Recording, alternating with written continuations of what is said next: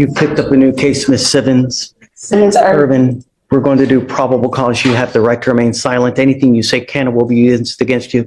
You now stand charged with the offense of criminal trespass. You're facing up to 6 months in jail and or a $2,000 fine. Yes, Judge. The officer was dispatched to a club in Harris County, Texas in response to a disturbance. The complainant, an employee of the club, told officers that she had asked the defendant to leave and the defendant refused. The defendant had been trespassed by another officer the day prior, and the complainant stated the defendant continues to return to the location. During the incident, when the complainant told the defendant to leave, the defendant stated, "Leave me alone or I'll hit you in the head." The defendant told officers that everyone at the location was trespassing and that she should have been given a pink paper in order to be trespassed. Okay, ma'am, I'm going to find that there's probable cause to go forward with the case. You've picked up a new case. The only thing I asked you to do was not pick up a new case, and now you've done it. So what happens now? Corey? Judge, I'm going to ask for you to allow her to remain on bond. The state hasn't filed, if that's what you're getting at. The state hasn't, the state hasn't filed a motion to revoke bond. I'm not prepared for it. If they have, ask for time for a hearing to be set, so we can, have a hearing based on evidence. She hasn't violated the bond conditions, from the previous case as far as they relate to going to the housing authority. She has, though. One of the conditions is behave yourself, give no facts or rise to probable cause so that you violate any new laws. She's now picked up a new case. What is related to your very specific orders about her not to go back to the address where her apartment was or the Houston Housing Authority address. She's complied with those terms. But if I let her go now, that's enabling this behavior and telling her it's okay. Well, Judge, I think it would be punitive if you put her in jail as opposed. Well, that's not the purpose of bond, right? It's community safety and the community. She's threatening people allegedly there to beat them in the head.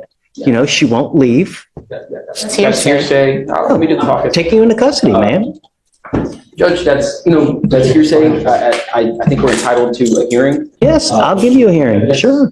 Whatever you want. My arm is broke. I don't know how else to, she's going to do whatever she wants to do. How am I supposed to handle this? I'm not a threat to the community, so I'm not understanding. And as I said, that is hearsay. Is there any way, can you subpoena the cameras? Because I didn't threaten anybody. And there is also multiple witnesses that was there as well. Sure. So that's my job. That's not the judge's job. And I'll do that just like I've done for the previous case. So, Judge, can we allow her to remain on bond until we have an actual hearing following the rules? I haven't been around following the rules of evidence for bond revocations. Here's what we'll do, Corey. What I'm going to do is I'm sending you for a drug and alcohol test now. If you fail to take the test, if you fail to do what you're supposed to do, I am going to revoke your bond and put you in jail. I'm now putting a GPS monitor on you and I'm giving you a curfew of 9 p.m. to 6 a.m. Do you understand? Hey, 1 second. I'm homeless because they have refused to let me back into my apartment. I'm not going to talk to you. This is not a negotiation. No, I'm not. Either you follow the conditions of bond or I'm going to revoke it and put you in jail. Okay. This is better than being in whatever jail, you want. unless you want to be in jail. Your lawyer's asking me not to put you in jail now. Well, how long will I be in jail? Case. Until November the 22nd? No, I'm sending you for a drug and alcohol test now. We are going to reset this case until Monday. You were to come back Monday so we can address it. In the interim, I did consume alcohol. Not anytime soon, so that's fine. I want you to listen. I'm going to put a GPS monitor on you and I'm giving you a curfew of 9 p.m. to 6 a.m. Do you understand? Where is my curfew supposed to be from is the question.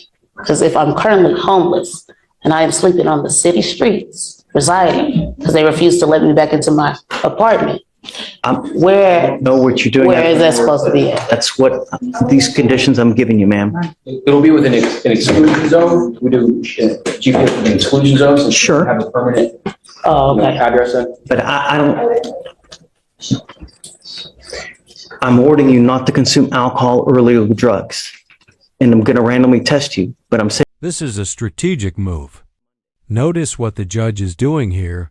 Instead of immediately revoking bond, he's tightening the leash.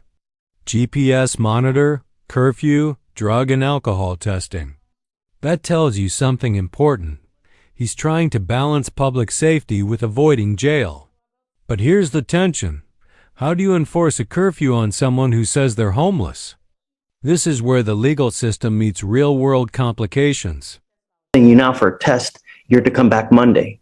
Do you understand? That's fine. Okay. I'm giving you a monitor on your ankle. I don't want you going to any clubs, bars, or anything of this nature. Do you understand? That's fine. Thank you, Judge. See you Monday. Yes, sir. And I'm sending her now for a test. I want to know what, if anything, Where do I go to take this test? she'll tell you. Curfew sign again, Mr. Sam? Okay, so if she's homeless, we need a home base for the GPS to observe people. That's what I was trying to say. She's got to live in somewhere. Got to be I living. don't have friends or family or nothing, so that's what I'm saying. You put your head somewhere down at night. Yeah, on the city streets. We'll get an address for it. Thank you, Judge. It's better than jail. Yeah, it's not gonna be Xavier's either.